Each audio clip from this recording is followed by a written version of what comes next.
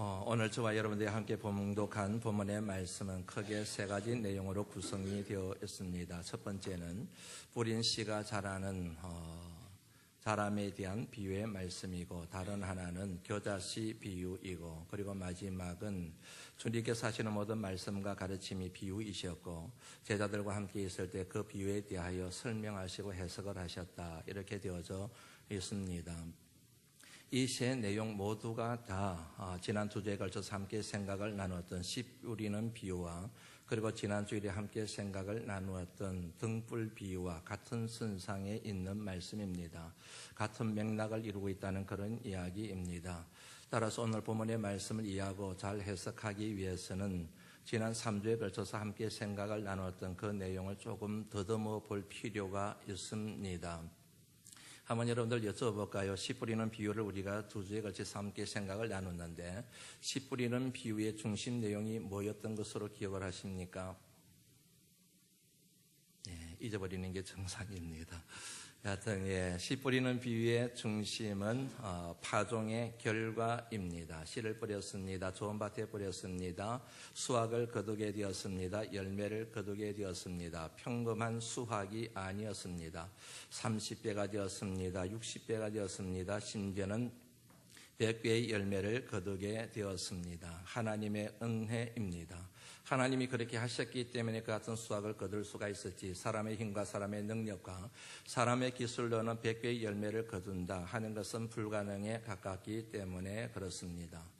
여기서 한 가지 질문이 생기게 됩니다. 왜 하나님께서 그처럼 많은 열매를 주셨을까? 30배, 60배, 100배의 열매를 우리에게 주실까? 이유는 간단합니다. 섬기라 하심입니다. 나누라 하심입니다. 육신의 허기를 채우지 못하고 있는 이들의 허기를 채워주라 하심이요, 영혼의 허기를 채우지 못하고 있는 이들의 허기를 채워주시라 하심입니다. 이 같은 사실은 30배, 60배, 100개의 열매와 결실이 씨 뿌리는 비유의 결론이 아니라 섬김과 나눔이 씨 뿌리는 비유의 결론이라는 사실을 우리에게 말해주고 있습니다. 이 같은 맥락에서 씨 뿌리는 비유의 결실은 축복이 아니라 하나님이 우리에게 주신 은사요, 그리고 하나님이 우리에게 주신 사명이요 소명이라는 사실도 정리할 수가 있습니다. 흔히 씨 뿌리는 비유의 말씀을 가지고 많은 사람들이 축복에 대한 논리로 이 말씀을 사용하고 있는데, 저는 거기에 동의를 할 수가 없습니다.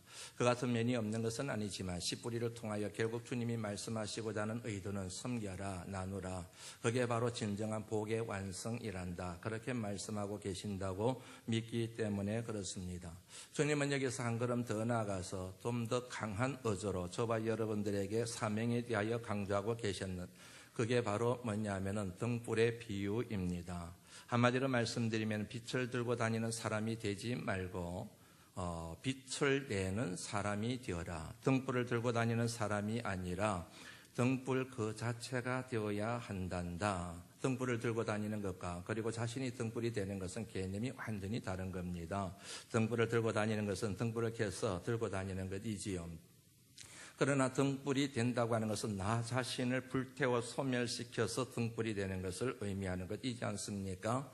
앞서 말씀드린 열매를 주는 것과 그리고 등불이 되는 것도 굉장히 중요한 차이점이 있습니다. 열매를 내가 수확을 했습니다. 그 열매를 나누어 줍니다.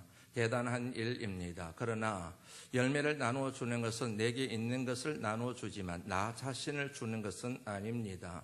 그에 비해서 세상에 등불이 된다고 하는 것은 나 자신을 주는 것에 해당하기 때문에 열매를 주는 것과 그리고 세상에 등불이 되는 것은 그 어감에 있어서 차이가 날 수밖에 없습니다. 여러분들 잘 아시는 것처럼 빛을 내기 위한 절대적인 조건이 있습니다. 그것은 자기를 소멸시키는 것입니다. 자기를 죽이는 것입니다. 자기를 희생하는 것입니다. 자기를 희생제물로 삼는 것입니다. 촛불이 밝혀지기 위해서는 소가 스스로 몸을 녹여야 되듯이 흔적도 없이 소멸되어야 불이 나듯이 마찬가지로 우리 자신을 소멸하지 않으면 빛이 될 수가 없습니다. 등불이 될 수가 없습니다. 그런 면에서 열매를 나누어 주는 것과 곡식과 결실을 나누어 주는 것과 세상의 등불이 되는 것은 굉장한 차이점이 있다는 사실을 알 수가 있습니다.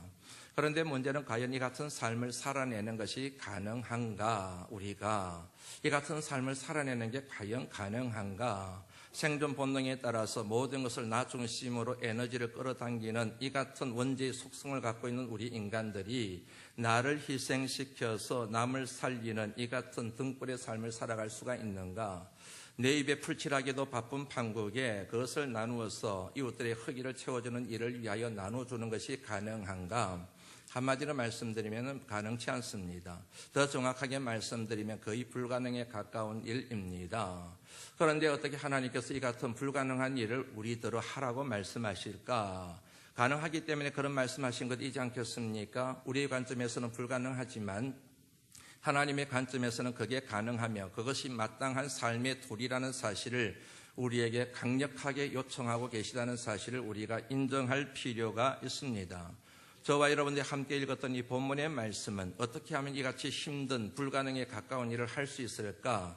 그 같은 삶을 감당해낼 수 있는 원리와 비결에 대하여 주님이 이어서 말씀하시는 것으로 이해를 하시면 오늘 본문의 말씀이 앞서 3주 동안 함께 나눴던 말씀과 같은 맥락에서 같은 선상에서 이해가 될 수 있으리라 그렇게 여겨집니다.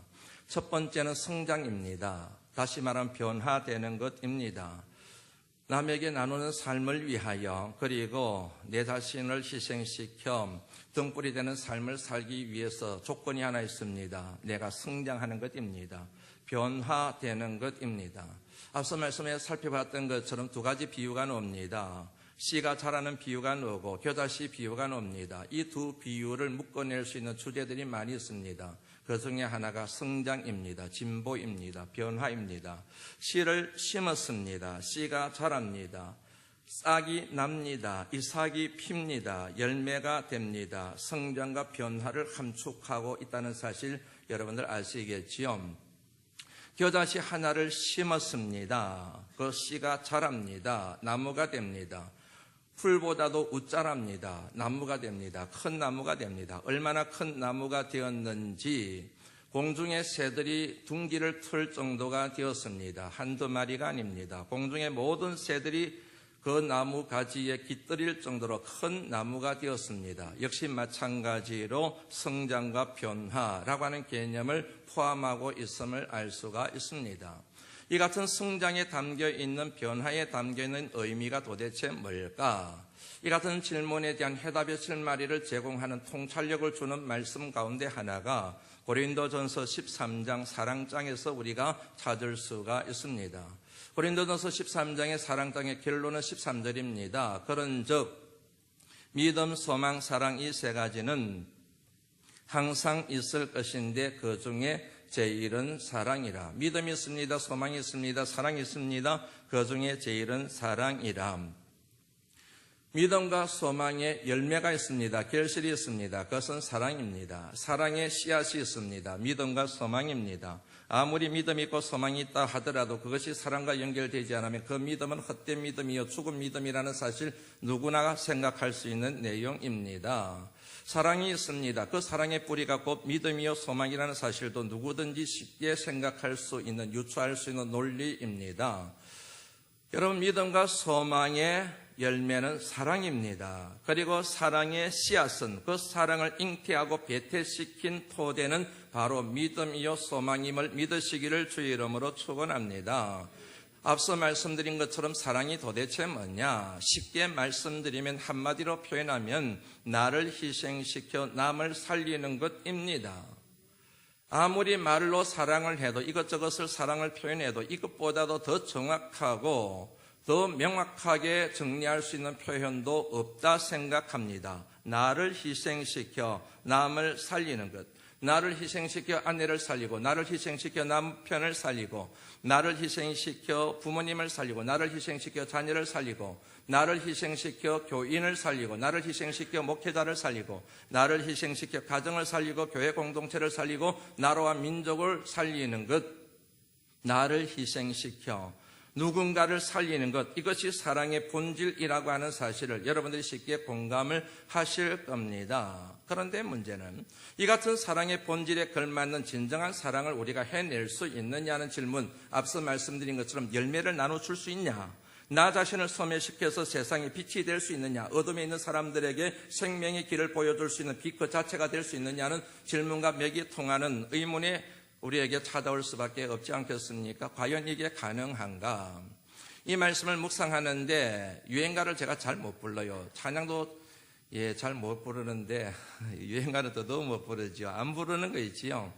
그런데 떠는 거는 많은 것 같아요. 이 말씀을 묵상하는데 갑자기 가수 태진아 씨가 부른 유행 가사가 한마디 머릿속을 스치고 지나가더라고요. 사랑은 아무나 하나. 사랑은 아무나 하나. 그 유행가사 여러분 혹 아실지 모르겠습니다. 사랑은 아무나 하나, 사랑은 아무나 하나. 누가 사랑을 쉽다고 말했나?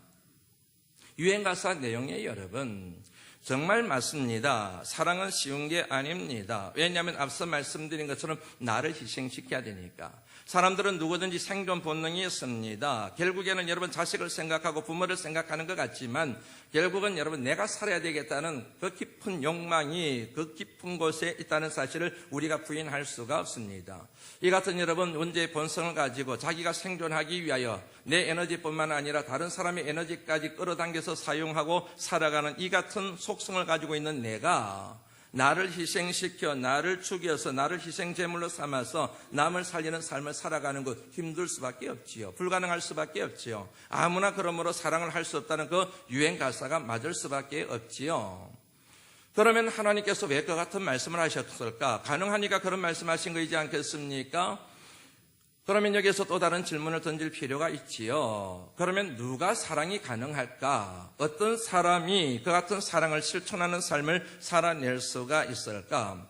이 같은 질문에 대한 해답의 실마리를 제공하는 말씀이 고린도전서 13장 11절 말씀에 나옵니다. 같이 한번 읽어볼까요? 읽어봅니다. 시작. 때는 말하는 것이 어린아이와 같고 깨닫는 것이 어린아이와 같고 생각하는 것이 어린아이와 같다가 장성한 사람이 되어서는 어린아이의 일을 버렸노라. 내가 어렸을 때는 어린아이였을 때는 철이 없을 때는 말하는 것이 어린아이 같았고 깨닫는 것도 어린아이 같았고 말하는 것도 생각하는 것도 다 어린아이 같은데 장성한 사람이 되어서는 내가 어린아이 일을 다 버렸다. 어린아이가 놉니다. 장성한 사람이 놉니다. 어린아이가 장성한 사람이 되었습니다. 성장과 변화가 일어났음을 의미합니다. 키가 자랐습니다. 몸무게가 늘어났습니다. 나이를 먹게 되었습니다. 그런 외적인 변화를 뜻하지 않음을 여러분들 아시겠지요? 생각이 바뀐 거예요. 말하는 것이 바뀐 것입니다. 어린아이 때는 무조건 내 것 그랬는데 이것도 내 것이고 내 것도 내 것이라고 그렇게 생각하고 깨닫고 그렇게 말을 했는데 장성한 사람이 되어서는 생각이 바뀌어졌어요. 내 것도 이것이 될 수 있고 이것은 더더욱 이것이라고 하는 이 같은 생각, 이 같은 깨달음, 이 같은 말, 이 같은 행동, 이 같은 선택, 이 같은 결정을 하는 사람이 되었다는 얘기가 여기에 나오는 것이지요. 이 같은 성장과 변화, 생각의 성장과 변화, 말하는 것의 성장과 변화, 깨달음의 성장과 변화가 있을 때만 사랑의 삶을 실천할 수 있다. 그런 점 믿음, 소망, 사랑 이 세 가지는 항상 있을 텐데 그 중에 제일은 사랑이라. 이 같은 사랑의 삶을 실천할 수 있다는 이 같은 논리가 되는 것이지요. 그러므로 고린도전서 13장의 말씀을 이해할 때 가장 중요한 구절은 바로 이 11절 말씀과 연결되는 13절 말씀, 13절 말씀에 근거한 11절 말씀이라는 사실을 저와 여러분들이 기억할 필요가 있습니다. 쉽게 말씀드리면 시금머리가 생긴 것이지요. 좀 거칠게 말씀드리면 철이 들어간 것이지요. 시금머리가 생기지 않았을 때는 자기만 생각했는데 철이 들어가지 않았을 때는 굉장히 이기적이었는데 철이 들어가고 시금머리가 들어가면서 부모님도 생각할 줄 알고 가정도 생각할 줄 알고 이웃도 생각할 줄 알고 이기적인 사람에서 이타적인 사람으로 점점 변화고 성장이 일어났다. 그렇게 정리할 수 있다는 얘기이지요. 이 같은 시금머리 철에 해당되는 것을 기독교에서는 예수 그리스도의 생명 혹은 예수 그리스도의 정신, 좀 더 거칠게 말씀드리면 예수 그리스도의 을, 그렇게 정리를 할 수가 있습니다. 여러분, 오늘 지난 2주간에 걸쳐서 함께 생각을 나누었던 씨 뿌리는 비유와 오늘 본문 말씀에 나오는 두 가지 비유를 관통하는 주제가 있습니다. 그것은 생명입니다. 씨를 뿌렸습니다. 자랐습니다. 나무가 됩니다. 씨를 뿌렸습니다. 자랐습니다. 큰 나무가 됩니다. 씨예요. 그런데 씨가 열매가 되고 씨가 나무가 되기 위한 절대적인 조건이 있습니다. 그것은 생명입니다. 정확하게 말씀드리면 생명을 품은 씨여야 됩니다. 씨이기 때문에 되는 것이 아니라 생명을 품은 씨이기 때문에 자라게 되고 열매를 맺게 되고 나무가 되는 것이지 않습니까? 그러니까 이 비유의 가장 중요한 것은 생명이에요. 생명. 이 생명이 바로 예수 그리스도의 생명이라는 얘기지요. 예수 그리스도의 생명, 다시 말씀드리면 예수 그리스도의 정신과 의리 우리의 심령을 사로잡게 됩니다. 우리의 영혼을 채우게 됩니다. 그러면 견딜 수 없는 심령이 됩니다.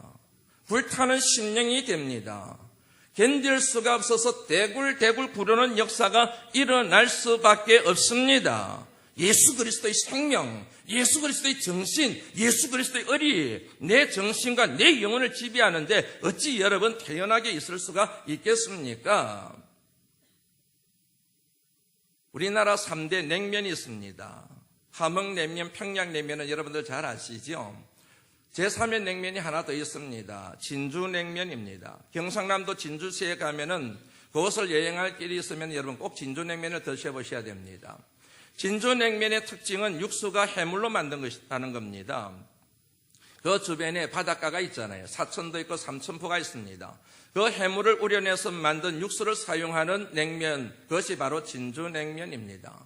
그런데 여러분들이 잘 아시겠지만 해물을 가지고 육수를 만들게 되면 비린내가 납니다. 그러므로 모든 사람들, 그 비린내를 싫어하는 사람들은 진주냉면을 즐길 수가 없습니다. 그런데 그 문제를 기발하게 해결을 했어요. 그 가게에 가면은 거기에 대한 육수를 만드는 비법을 설명을 해놨어요. 간단합니다. 해물로 육수를 우려내서 식힙니다. 차갑게 만들어 놓습니다. 그리고 동시에 큰 쇠뚱이 하나를 불 속에 집어넣습니다. 그러면 여러분 시간이 지나면서 그 쇠뚱이가 불에 벌겋게 달구어질 것 아니겠습니까? 벌겋게 달구어진 어느 시점에 그 쇠뚱이를 끄집어내가지고 식어있는 해물 육수에다 팍 집어넣어버리는 거예요.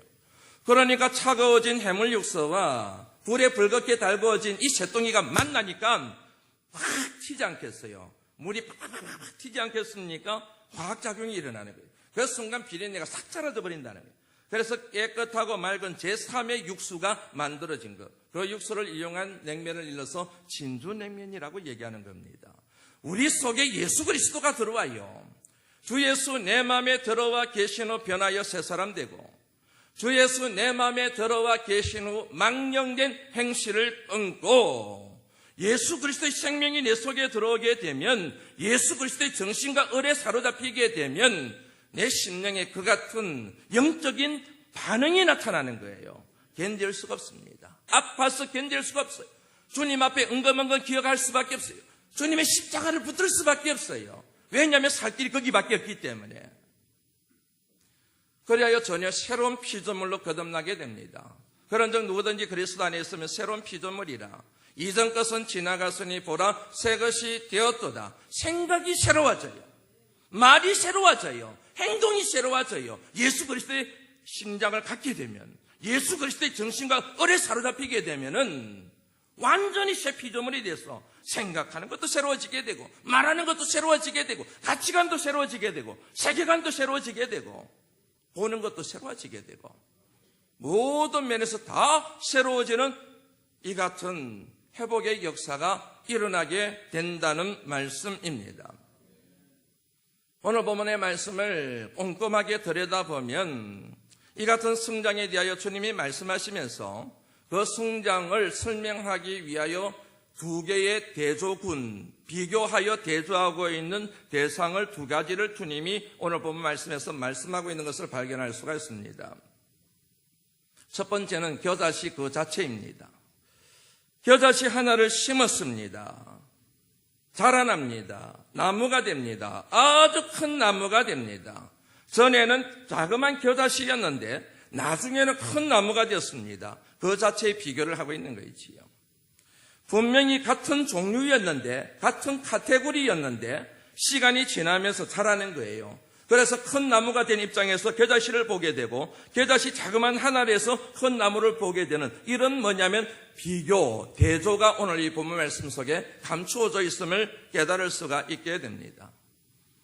맞습니다, 여러분. 예수 그리스도의 정신, 예수 그리스도의 을에 사로잡히게 되면, 예수 그리스도의 생명으로 충만하게 되면 전에 보지 못하던 것을 보기 시작해요. 전에 깨닫지 못하던 것을 깨닫기 시작해요. 전에 느끼지 못하던 것을 느끼기 시작합니다. 전에 말하지 못했던 것을 말하기 시작합니다. 전에는 싫어했는데 그게 좋아지기 시작해요. 전에는 가기 싫었는데 그것으로 가는 게 좋아져요. 즐거워요. 신나요. 행복해요. 변화가 일어나는 거예요. 전과 비교했을 때 놀라운 변화가 일어나게 된다는 얘기지요. 예수 그리스도의 정신에 사로잡혔을 때, 예수 그리스도의 생명으로 충만해졌을 때에. 또 다른 대조군이 있습니다. 8절 말씀 같이 한번 읽어볼까요? 8절 말씀이 아니라 31절 말씀 같이 한번 읽어봅니다. 시작.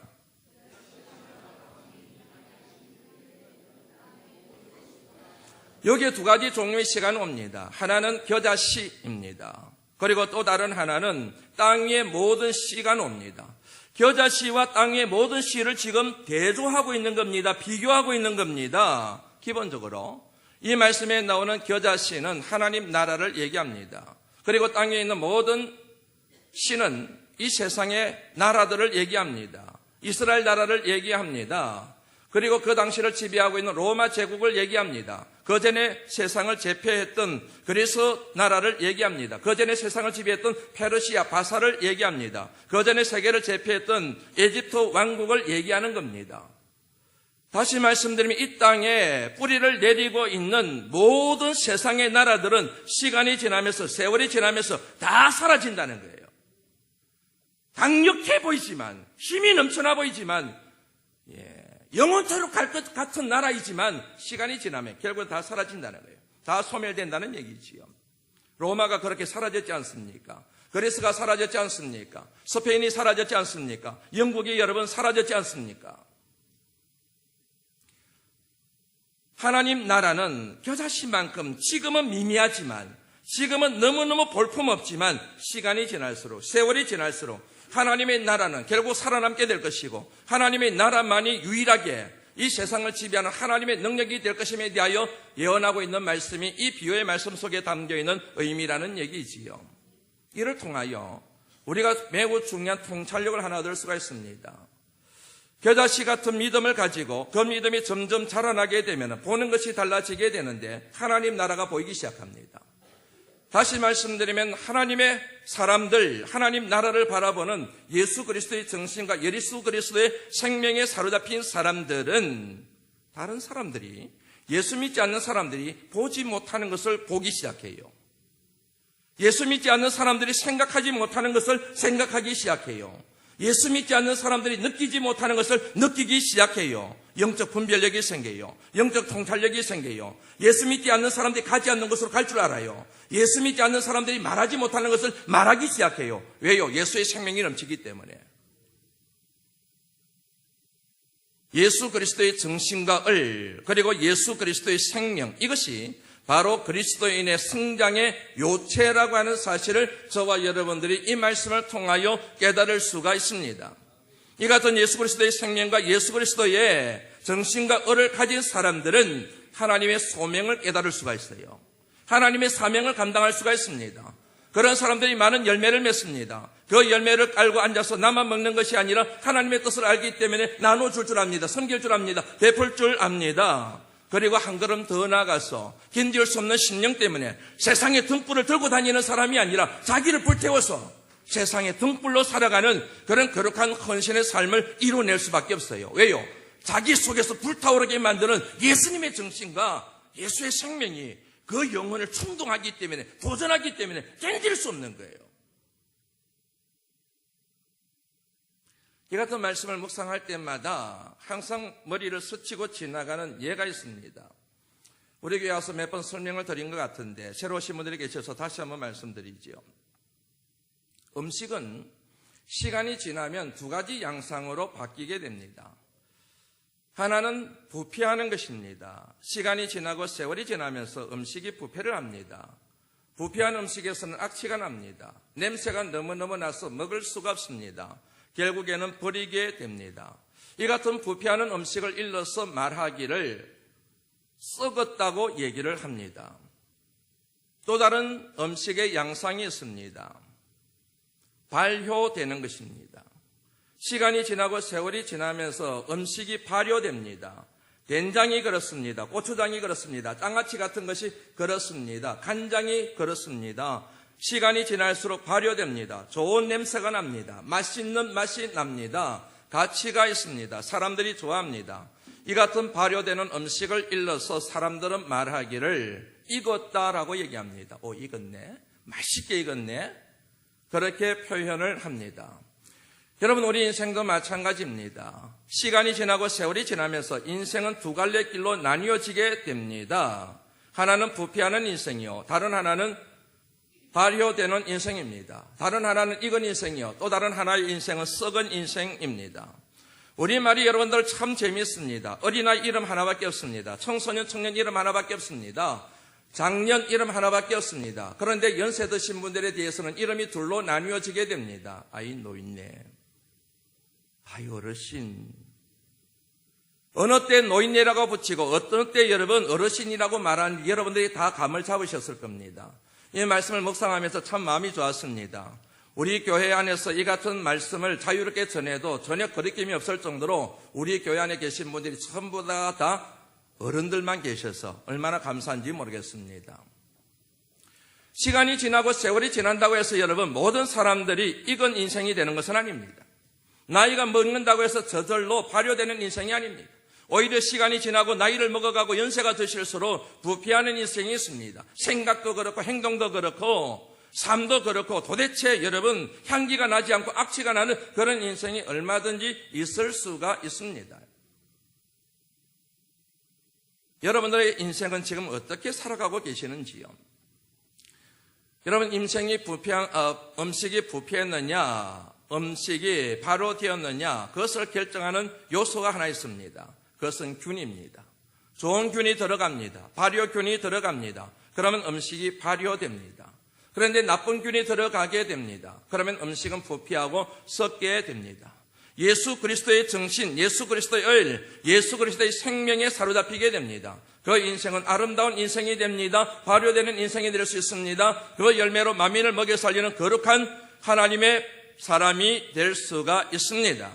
그런데 세상의 욕망에 사로잡혀 있습니다. 교회를 다니는 것도 기도를 하는 것도 자신의 욕망을 채우는 데 필요한 힘이 필요해서 그 힘을 얻기 위하여 신앙생활을 하는 사람들이 있습니다.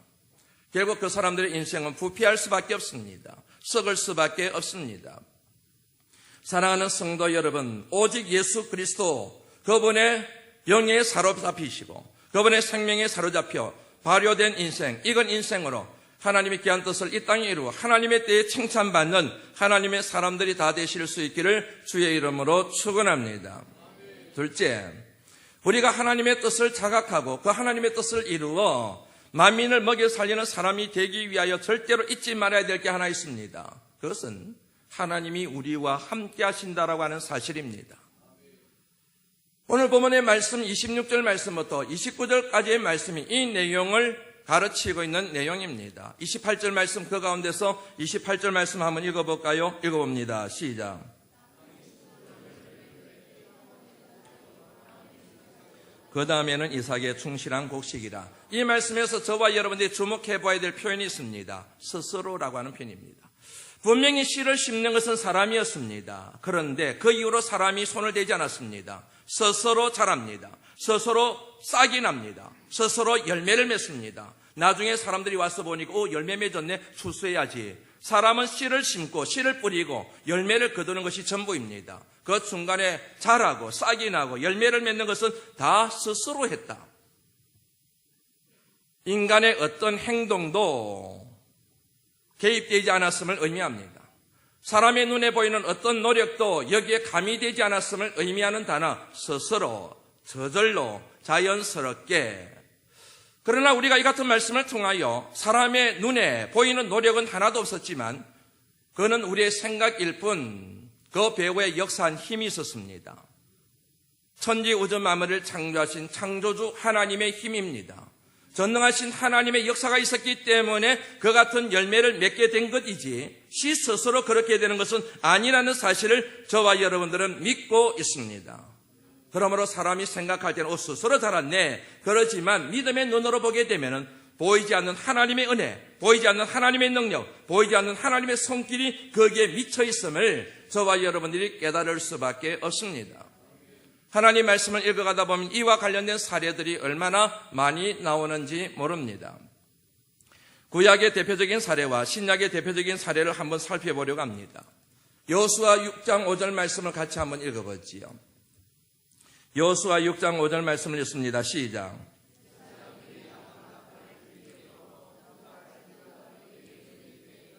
백성은 다 큰 소리로 외쳐 부를 것이라. 그리하면 그 성벽이 무너져 내리리니 백성은 각기 앞으로 올라갈지니라 하시매, 하나님께서 여리고성을 점령하기에 앞서 여리고성을 어떻게 하면 점령할 수 있는지 그 전략을 여호수아를 통하여 이스라엘 백성들에게 고지하고 있는 내용이 오늘 본문 말씀에 나옵니다. 내용은 이런 겁니다. 6일 동안 하루에 한 바퀴씩 돌아라. 그리고 마지막 7일째는 7바퀴를 돌아라. 그리고 마지막 바퀴를 돌고 난 뒤에는 대제사장들이 양강나팔을 길게 부르라. 그리고 끝나게 되면 백성들은 소리를 질러라. 그러면 그 성이 안으로 무너질 것이다. 저절로 무너지게 될 것이다. 그렇게 하나님이 말씀하셨습니다. 이 말씀대로 여리고성이 저절로 안으로 무너진 줄 믿으시기를 주의 이름으로 축원합니다. 저절로 무너졌습니다. 사람이 손가락 하나 되지 않았어요. 화살 한 발 쏘지 않았습니다. 돌 하나 던지지 않았어요. 그런데도 불구하고 여리고성이 저절로 무너졌습니다. 그러나 그는 사람의 생각일 뿐 저절로 무너진 것이 아닙니다. 만군의 여호와 하나님께서 그것을 밖에서부터 안으로 밀어버리셨기 때문에 그 여리고성이 무너지는 그 같은 역사가 일어나게 된 줄로 믿습니다. 여호수아의 말씀을 이해할 때 정말 중요한 말씀들이 많이 있는데 그 중에 하나가 여호수아 10장 42절 말씀입니다. 같이 한번 읽어볼까요? 읽어봅니다. 시작. 이스라엘을 위하여 싸우셨으므로 여호수아가 이 모든 왕들과 그들의 땅을 단번에 빼앗으니라. 하나님께서 여호와께서 이스라엘을 위하여 싸우셨으므로 이 표현이 중요합니다. 여기에서 할렘 사상이라는 게 나옵니다. 성전 사상이 나옵니다. 다시 말하면 이 전쟁은 이스라엘의 전쟁이 아니고 하나님의 전쟁이라는 얘기입니다. 이스라엘 백성들이 단번에 적과 꿀이라는 가나안 땅을 차지하고 그 땅에 들어와 있던 이방 민족들을 정복할 수 있었던 이유는 여호수아의 영도력이 뛰어나서 그런 것이 아니다. 군사들이 훈련을 잘 받아서 그런 것이 아니다. 무기가 뛰어나서 그런 것이 아니다. 전술과 전략을 잘 세워서 그런 것이 아니다. 하나님이, 만군의 여호와 하나님이 너희들 앞장서서 너희들을 대신하여 싸우셨기 때문에 이 같은 결과와 이 같은 승리 깃발을 나부끼게 되었다. 그렇게 선언하고 있는 말씀이 바로 이 말씀입니다. 신약의 사례를 한번 살펴보지요.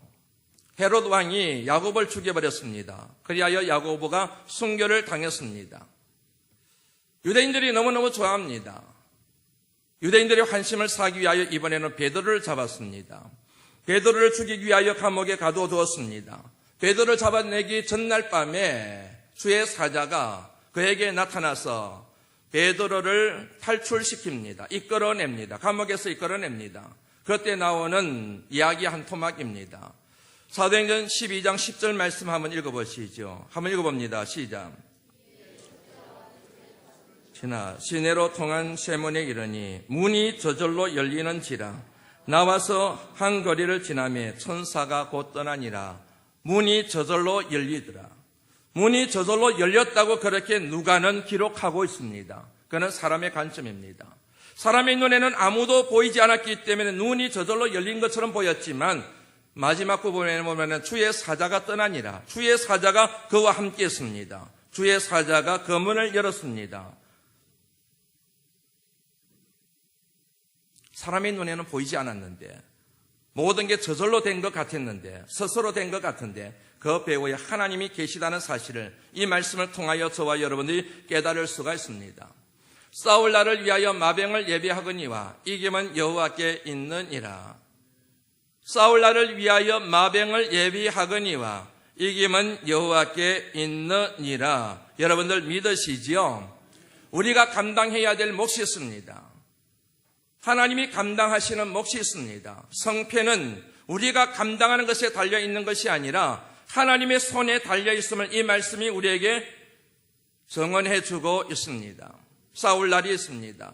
전쟁을 준비합니다. 하나님이 도와주실 것이라고 믿고 손 놓고 기다리고 있는 것이 아닙니다. 내가 최선을 다하여 준비합니다. 말도 준비합니다. 병사도 준비합니다. 그러나 승패의 요인은 내가 준비한 병마에 달려있는 것이 아니라, 전략에 달려있는 것이 아니라 하나님의 손에 달려 있습니다. 많은 사람들이 주의 일을 감당할 때에, 많은 사람들이 이 같은 메시지를 들을 때에 과연 내가 할 수 있을까? 내가 과연 열매를 나눌 수가 있을까? 내가 과연 세상에 빛이 될 수 있을까? 그건 하나님의 말씀에 나오는 내용일 뿐 그것은 현실적으로 불가능해. 그러면서 아예 포기를 해버리는 사람들이 의외로 많이 있습니다. 자신을 바라보기 때문입니다. 하나님을 바라보지 않기 때문입니다. 살아계신 하나님, 전능하신 하나님, 우리와 함께 하시는 하나님, 배후에서 스스로 모든 일들을 이루어 가시는 하나님이 우리와 함께 하신다는 사실을 믿지 못하기 때문에 두려워하고 그리하여 도망가고 나는 할 수 없다고 손사래를 치면서 피해가 버리는 것입니다. 그런데 예수 그리스도의 정신에 사로잡히게 되면, 예수 그리스도의 생명이 그 심령을 채우게 되면 하나님이 보입니다. 하나님이 역사하시는 손길이 보입니다. 내 배후에서 응원하시고 그리고 내 앞장서셔서 때로는 문을 열어주시는 하나님의 거룩한 손길, 도움의 손길이 보입니다. 그래서 당당하게 직면하게 됩니다. 무슨 일이든지 할 수 있음을 믿고 도전하는 그 같은 하나님의 거룩한 용사가 될 수 있음을 지금까지 목회를 하면서 많이 경험했습니다. 여러분들이 진심으로 하나님을 믿으시고 하나님을 믿으시는 것 때문에 예수 그리스도의 정신과 얼로 뭉쳐있다고 한다면 어떤 일도 두려워하지 마시고 주의 말씀에 순종하시는 하나님의 귀한 종들이 되실 수 있기를 다시 한번 주의 이름으로 축원합니다. 겨자씨 하나는 미미합니다. 너무너무 작습니다. 볼품없습니다. 보잘것없습니다. 그러나 약한 자를 들어 강하게 쓰신 하나님의 은혜 때문에 공중의 모든 새들이 깃들이는 둥지를 트는 거대한 나무가 되었습니다. 겨자씨 하늘같이 미미하고 연약하고 보잘것없고 부족한 것 투성이지만 살아계신 하나님, 전능하신 하나님의 손에 붙잡힌 바 되는 순간 모든 이방인들을 주님 앞으로 인도해내는 거룩한 하나님의 축복의 통로, 믿음의 거목이 되는 저와 여러분, 우리 바람반석교회가 될 줄로 믿습니다. 마무리합니다. 나무라고 해서 다 같은 나무는 아닙니다. 거목이 있는가 하면 고목이 있습니다. 사람들은 시간이 지나면 거목이 되거나 고목이 된다고 생각합니다. 틀렸습니다. 그런 경우가 없는 것은 아니지만 믿음의 눈으로 바라보게 되면 틀렸습니다. 거목이냐 아니면은 고목이냐를 결정하는 것은 시간이 아닙니다. 세월이 아닙니다. 거목과 고목을 결정하는 것은 영양분입니다. 수분입니다. 얼마만큼 영양분과 수분을 공급받느냐에 따라서 거목이 되기도 하고 고목이 되기도 합니다. 같은 나무라도 시냇가에 심겨진 나무는 거목이 됩니다. 같은 나무라 할지라도 사막에 심겨진 나무는 거목이 될 수가 없습니다. 물을 제대로 공급받지 못하고 영양분을 제대로 공급받지 못해서 시간이 지나도 세월이 지나도 삐삐 마르게 되고 자기 한 몸 가누기도 힘든 고목의 신세로 전락하고 맙니다. 시간이 지난다고, 세월이 지난다고, 신앙의 연수가 늘어난다고, 목회의 경륜이 늘어난다고 저절로 믿음의 거목이 되는 것은 아닙니다. 무엇을 공급받느냐, 우리의 영혼이 어디에 있다서 우리의 영혼을 무엇으로 채우느냐에 따라서 믿음의 거목이 되기도 하고 골치 아픈 믿음의 고목이 될 수 있다는 사실을 저와 여러분들이 기억하셔야 됩니다. 마가복음 4장에 나오는 이 같은 모든 비유의 말씀을 가장 잘 설명해 놓은 말씀을 읽어드리는 것으로 말씀을 마무리합니다. 복 있는 사람은 악인의 꾀를 쫓지 아니하며 죄인의 길에 서지 아니하며 오만한 자의 자리에 앉지 아니하고 오직 여호와의 율법을 즐거워하여 그 율법을 주야로 묵상하는도다. 그는, 다시 말씀드리면 그는 하나님의 말씀을 즐거워하며 그 말씀을 주야로 묵상하는 사람은 시냇가에 심겨진 나무라. 잎사귀가 마르지 않는다. 시절을 쫓아 열매를 맺는다. 그 행사가 다 형통하게 된다. 아기는 그렇지 않음이요 바람에 나는 겨와 같도다. 시편 1편의 말씀을 이해하고 해석하는 가장 중요한 키워드는 나무와 겨입니다. 겨는 생명을 잃어버린 씨앗입니다. 그 같은 겨는 여러분 악인의 삶을 걸어갈 수밖에 없는 균과 같은 그런 의미를 갖게 됩니다. 그러나 하나님의 말씀을 가까이 하는 사람들은 믿음의 거목이 되어서 하나님의 귀한 뜻을 이 땅에 이루는 지난주에도 말씀을 드렸던 만민을 먹여 살리는 축복의 통로들이 될 줄로 믿습니다. 저는 이 자리에 계신 여러분들이 이왕 신앙생활을 하는 것 믿음의 거목들이 되기를 원합니다. 우리 바람말씀 교회가 만민을 먹여 살리는 믿음의 거목 같은 교회가 되기를 진심으로 소망합니다. 시간만 잡아먹지 마시고 나이만 연세만 드시지 마시고 믿음의 거목으로 자라셔서 믿음의 거목이 되셔서 정말 거시고 근사하게 인생을 살아가시는 하나님의 사람들이 되실 수 있기를 다시 한번 주의 이름으로 축원합니다. 하나님 감사합니다.